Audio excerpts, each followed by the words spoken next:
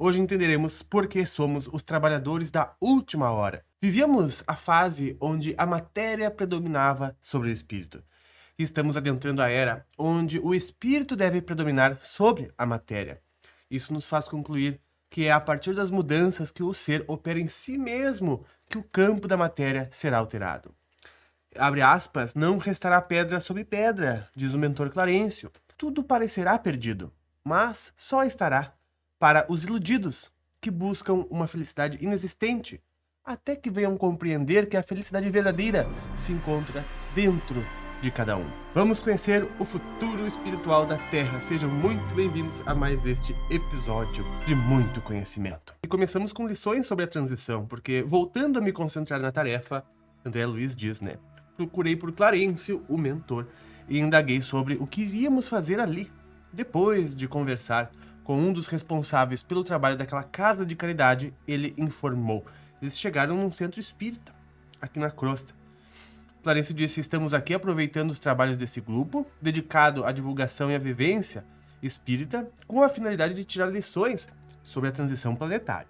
Esta experiência nos revelam particularidades desta mudança no nosso campo interior, entendendo seus efeitos no mundo material. Isso quer dizer que estas mudanças ocorrem primeiramente na esfera pessoal, para depois atingir o campo exterior do mundo? Isso mesmo, meu caro André. É lógico que os responsáveis pelas transformações do orbe fazem a sua parte ao adaptá-lo às condições materiais do amanhã, que serão mais sutis do que as de hoje, mas é imperioso convir que é a partir do ser que as coisas devem ocorrer daqui em diante. O planeta foi organizado pela mente augusta de Jesus. Ele que elaborou as condições materiais para receber um psiquismo em que a matéria predominava sobre o espírito. Desta forma, o mundo surgiu primeiro, para depois abrigar o ser como um berço de desenvolvimento para os seus potenciais de inteligência. Como estamos passando por uma fase evolutiva em que o espírito deve predominar sobre a matéria, isso faz a gente concluir que é a partir das mudanças que o ser opera em si mesmo, que o campo da matéria será alterado. É responsabilidade do ser pensante e gerador de fluxos energéticos, nós, né? Mostrar-se como verdadeiro centro de vida que passa a atuar na constituição do seu habitat. Se observarmos as criações humanas de hoje, veremos a sutilização do material empregado por eles em tudo que produzem, das nossas, né, sociedades. Ou seja, aqueles elementos mais pesados, utilizados na construção de tudo, vão dando lugar a materiais mais sutis e refinados. Hoje, porém, quando avaliamos o conteúdo interior da maioria dos seres humanos, vemos a amplitude da ação negativa de suas forças, num fluxo contínuo de influência, causando verdadeiras transformações no meio ambiente e no clima. E não falo só do conjunto de condições atmosféricas, mas também do clima mental, que somado ao dos desencarnados, que o seguem na produção de substâncias tóxicas, causam crescentemente mudanças na atmosfera, decorrentes do clima coletivo desgovernado, dando condições para a materialização de agentes viróticos e bactericidas do astral, que se aperfeiçoam conforme a sagacidade e os interesses, né, maldosos nutridos por eles, como nós vimos até mesmo durante a pandemia de Covid, não é mesmo? Se tu gosta bastante de saber sobre o futuro espiritual da Terra, te recomendo que tu compre este livro, O Futuro Espiritual da Terra. Vou deixar aqui o link na descrição, que é um dos meus livros favoritos, tanto que transformei numa série aqui no canal, que aliás te convido a se inscrever para ser um ser cada dia mais consciente e desperto. Até porque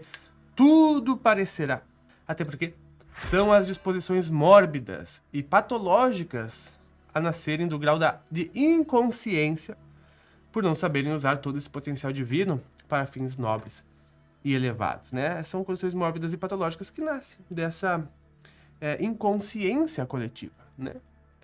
Acaba sendo a agente de materialização de virais e bactericidas, né? Porque são os vírus mentais que se expressam de forma material. Clarencio parou por alguns instantes, dando-me tempo para assimilar o conteúdo dos ensinamentos, e concluiu: desta forma, vamos acompanhar alguns amigos e grupos de trabalho para extrairmos das atividades alguns ensinamentos e aprendizados, mostrando aos homens o quanto precisamos mudar a forma como pensamos e reavaliar quais os objetivos queremos manter em nossas existências. Estamos dentro de uma instituição espírita que representa a presença de Jesus junto a eles, assim como ele se encontrava na Judeia do passado, orientando e auxiliando seus discípulos para os trabalhos que deveriam desenvolver após a sua crucificação. A diferença agora é que o mestre de amor voltou na condição invisível e essencial do conjunto de princípios do Consolador prometido, convocando o homem que escolhe seguir seus passos a fazer o mesmo. Fazer o quê? A sutilizar-se e tornar-se oculto na ação prática do amor, que é a caridade, na intenção de que Deus apareça silenciosamente através da tua dedicação ao bem. Que linda essa frase, né? E viu, para quem disse que Cristo, a volta de Cristo, quem está esperando, ele já voltou. Ele está aí, não é verdade? É, tá tudo aí.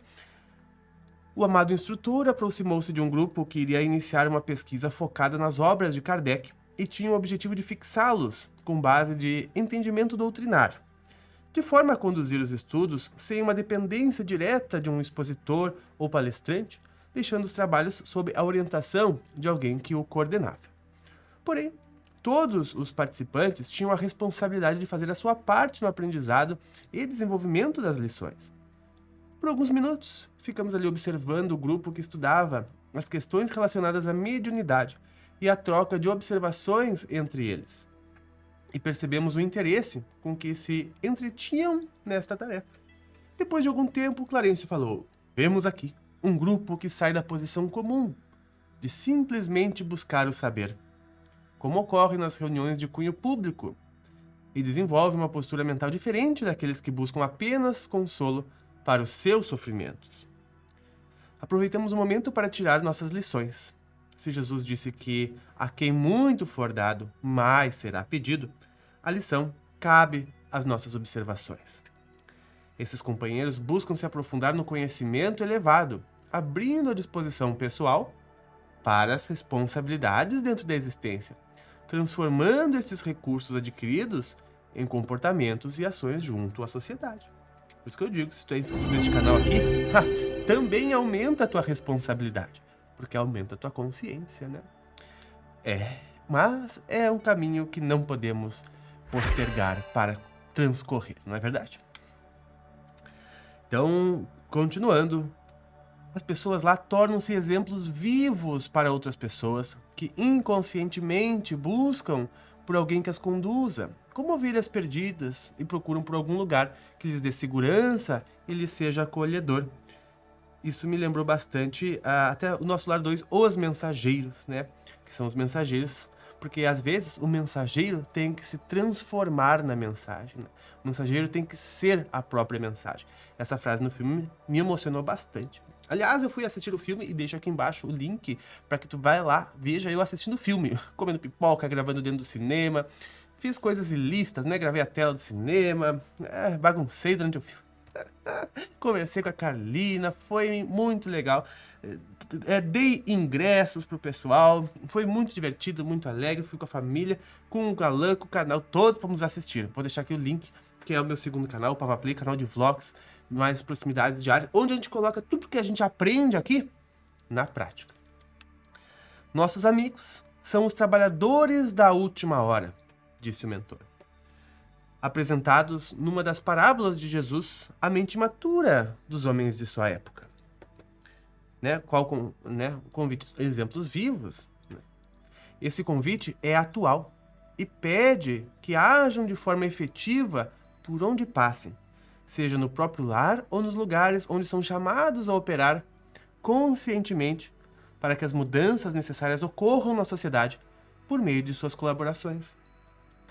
Precisamos compreender que estes trabalhadores foram aqueles mesmos que receberam os primeiros convites da parábola em épocas reencarnatórias do passado, conforme a maturidade que apresentavam e o modo como poderiam atuar nos compromissos assumidos. Se fixarmos o olhar no passado, perceberemos que os convites das primeiras horas estavam ligados às conquistas exteriores da existência, que já poderiam ser mudadas, ampliando as melhorias sociais, como as construções de estradas, dos meios de comunicação, do desenvolvimento de equipamentos, da higiene, dos cuidados urbanos, do desenvolvimento da educação, da implementação da saúde física e mental e dos campos do progresso que buscavam o bem-estar geral. O convite dos dias atuais, que se refere à última hora, já que não tem propostas exteriores. Ele está alicerçado na reforma íntima que precisamos fazer para servirmos de referência àqueles que ainda anseiam por uma felicidade superficial na vida. Olha que profundas palavras do mentor Clarence, né? Observando esses amigos, vamos perceber que a maioria saiu dos nossos centros de aperfeiçoamento e aprendizado. O mentor Clarence está dizendo lá no plano espiritual, né? Olha só, esses espíritos saíram daqui, né? Do mundo maior, saíram daqui dos nossos centros de aperfeiçoamento e aprendizado, dos nossos educandários. Chegaram lá na matéria, né? E foram para a experiência da matéria. E observando esses amigos, vamos perceber que a maioria saiu dos nossos centros de aperfeiçoamento e aprendizado, que você conhece muito bem, se referindo a André Luiz, e nossos educandários, e agora promovem os primeiros plantios nesse terreno de desenvolvimento. Começam relembrando os ensinamentos recebidos de nossas colônias e instruções para, em um segundo momento, desenvolvê-los na intimidade do ser e expandi-los para fora. Se a própria ciência espírita já vem passando da fase de aquisição do conhecimento para da aplicação prática dos seus princípios na vida pessoal, precisamos preparar esses companheiros para atuarem de forma efetiva na aplicação desses recursos, a fim de que, ao final dos primeiros 100 anos do milênio, tenhamos estabelecido na Terra as condições de um mundo regenerado. Então, André Luiz perguntou admirado, até os primeiros 100 anos após a virada do século XX, teremos a revolução das condições do planeta? Sim, André, disse o mentor. Os responsáveis pela evolução do planeta, diretamente influenciados pelo Cristo, determinaram que são chegados os dias do amadurecimento geral, e as condições de existência devem afunilar a partir daí, até que as mentes mais preparadas assumam as rédeas dos acontecimentos, sob suas responsabilidades em todas as áreas nas quais foram chamados a operar.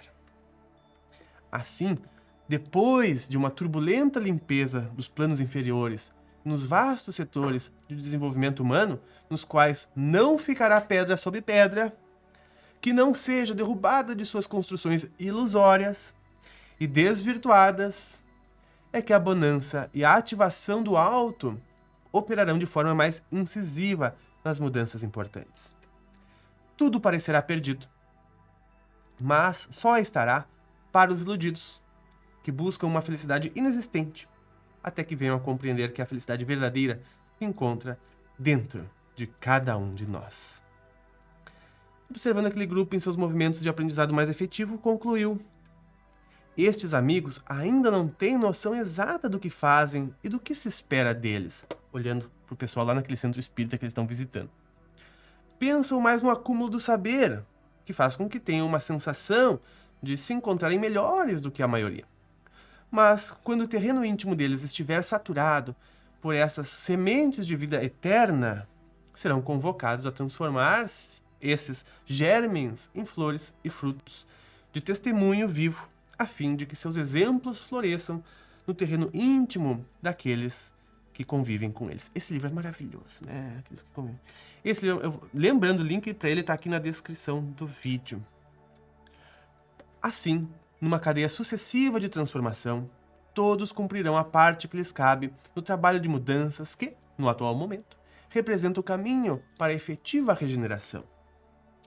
O mentor silenciou suas ponderações e saímos para acompanhar alguns dos integrantes do grupo que buscavam o lar para o descanso, pelas portas abençoadas do sono reparador, depois de um dia de trabalho e estudos. Então a gente vai ver como será nesse lado aí, no lado espiritual de uma casa espírita, quando os integrantes vão lá desprendidos do sono. Vai ser, no mínimo, muito interessante. Talvez não seja mais interessante do que a Escola da Alma, que te espera no link aqui embaixo com inúmeros cursos para teu aperfeiçoamento como ser cósmico. Espero que tu tenha gostado desse vídeo. Deixe seu like, seus comentários nesta série se tu está gostando.